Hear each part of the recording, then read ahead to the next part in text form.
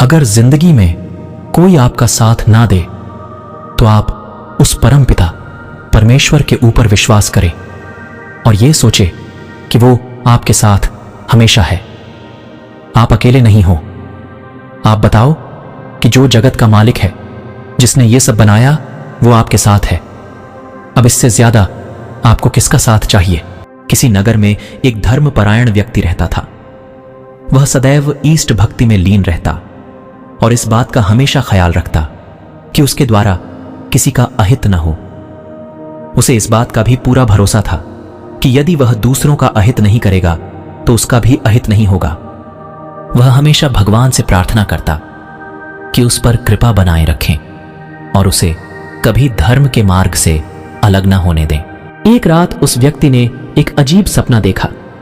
उसने देखा कि वह समुद्र किनारे अपने आराध्य देव के साथ चला जा रहा है और आकाश में उसके जीवन के तमाम दृश्य एक एक करके दृष्टिगोचर हो रहे हैं। हर दृश्य में समुद्र की रेत पर उसके पगचिह्नों के साथ एक और जोड़ी पदचिह्न भी पड़ते जा रहे थे। इसका मतलब था कि उसके आराध्य प्रभु भी उसके साथ चल रहे थे। धीरे धीरे उसके जीवन का अंतिम पड़ाव आ गया।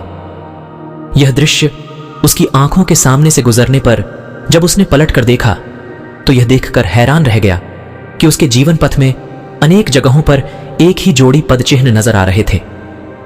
उसे यह भी पता चला कि वे पदचिह्न उसके जीवन की उन घड़ियों के थे जब वह किसी संकट अथवा दुख की अवस्था में था।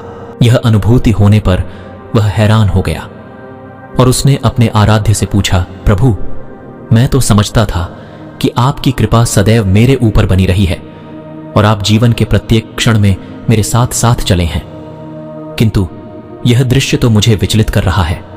मैं देख रहा हूं कि जब जब मेरे जीवन में कोई संकट या विपत्ति की घड़ी आई तो मैं अकेला ही चला। मुझे समझ में नहीं आ रहा है कि जब मुझे आपकी सबसे अधिक आवश्यकता थी तब आपने मेरा साथ कैसे छोड़ दिया। क्या मेरी भक्ति में कोई खोट रह गया प्रभु? यह सुनकर प्रभु ने कहा, वत्स, तुम्हारा सोचना गलत है। मैं अपने भक्तों का साथ कभी नहीं छोड़ता।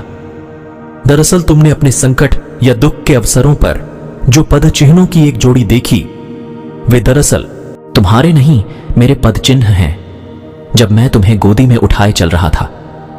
यह सुनकर भक्त को अपनी भूल का एहसास हो गया। भगवान आपका साथ कभी नहीं छोड़ते। उन पर विश्वास रखें। मन में ठान लें कि आप भगवान के हैं और भगवान केवल आपके हैं। फिर देखिए कि आपकी जिंदगी कैसे खुशहाल बनती है।